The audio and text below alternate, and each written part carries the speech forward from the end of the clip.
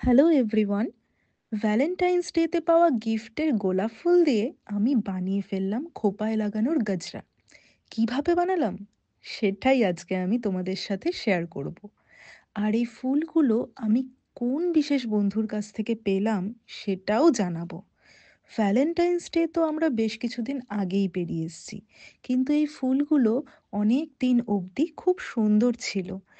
এখন এই ফুলগুলো ঝরে যাচ্ছে, তাই এই ঝরে যাওয়া ফুলের পাপড়ি দিয়ে আমি ভাবলাম একটা গাজরা বানানোই যায়। এবং গাজরা যখন বানাবো সেটা তো তোমাদের সাথে শেয়ার করতেই হবে, তাই জন্যেই আমি বানিয়ে ফেললাম এই ভিডিওটা। তাহলে চলো দেখে নেওয়া যাক কিভাবে আমি গাজরাটা বানাবো। গাজরা বানানোর জন্য কিছু গোলাপ ফুলের পাপড়ি লাগবে। তো ফুলগুলো এমনিই ঝরে গেছে, দেখো কত ফুলের পাপড়ি এরকম ঝরে গেছে। এবারে ভালো ভালো দেখে বেশ বড় আকারের পাপড়িগুলো প্রথমে বেছে রাখতে হবে। আর এই যে ফুলের বৃন্তটা আছে সেটা আমরা ফার্স্ট এবং লাস্টে জয়েন করব। একটা সূচে সুতো পরিয়ে নিয়েছি। এবার পাপড়িগুলো বাছা শেষ হলে এই পাপড়িগুলোকে আমি ফোল্ড করে করে এই মালাটা বানাবো। একটা মালা গাঁথার জন্যে এই যে বৃন্তটা সেটা প্রথমে এইভাবে গেঁথে নেব। এভাবে আস্তে আস্তে এই পাপড়িগুলোকে একটা একটা করে পাশাপাশি এভাবে গেঁথে বসাবো প্রথমে। দেখো কিভাবে আমি করছি।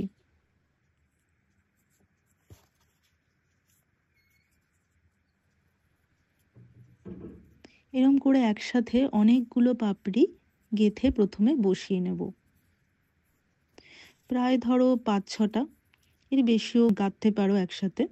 যদি বেশি পাপড়ি থাকে তাহলে মালাটা অনেক সুন্দর হবে, বড় হবে। তো দেখো কিভাবে করছি।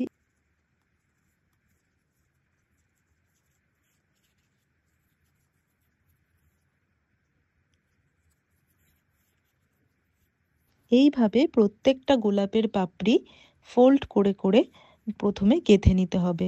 অন্তত 5-6টা পাপড়ি একসাথে গেঁথে নিয়ে তারপরে এইভাবে গাজরাটা তৈরি করতে হবে। আশা করি তোমরা সবাই বুঝতে পেরেছো। ভীষণই সোজা এই গাজরাটা বানানো। তো এবার আসা যাক, এই এত সুন্দর সুন্দর গোলাপ ফুলগুলো আমি কার কাছ থেকে পেলাম। এই এত সুন্দর সুন্দর গোলাপ ফুলগুলো আমি পেয়েছি আমার বান্ধবী শ্রীপর্ণার কাছ থেকে। শ্রীপর্ণা হচ্ছে আমার প্রোফাইলে একদম প্রথমেই যার ভিডিও আছে, মানে রায়শ্রী রয়ের মা। তো ও আমার অনেক ছোটবেলাকার বান্ধবী।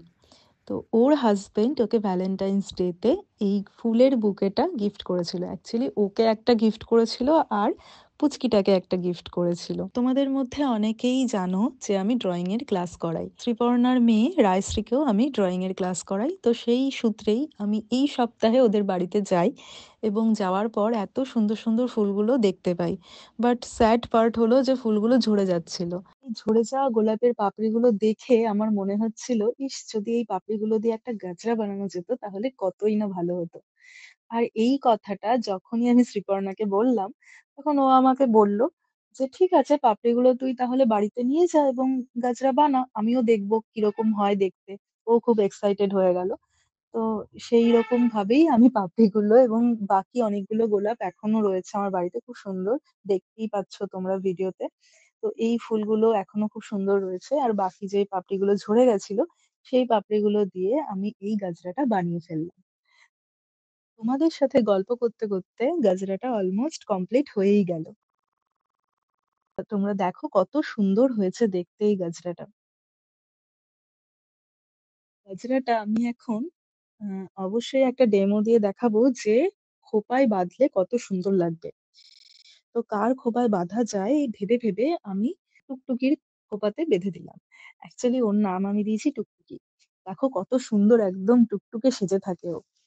তাই জন্যই ওর নাম টুকটুকি দেওয়া হয়েছে। ও কিন্তু সাজতে খুব ভালোবাসে আর বিশেষ করে চুল বাঁধতে খুবই ভালোবাসে। তো এই এমন একজন যার চুল আমি সারাদিন ধরে বাঁধলেও কোনো অবজেকশন থাকে না। Jokes of part. বাট দেখো ওকে কত সুন্দর লাগছে।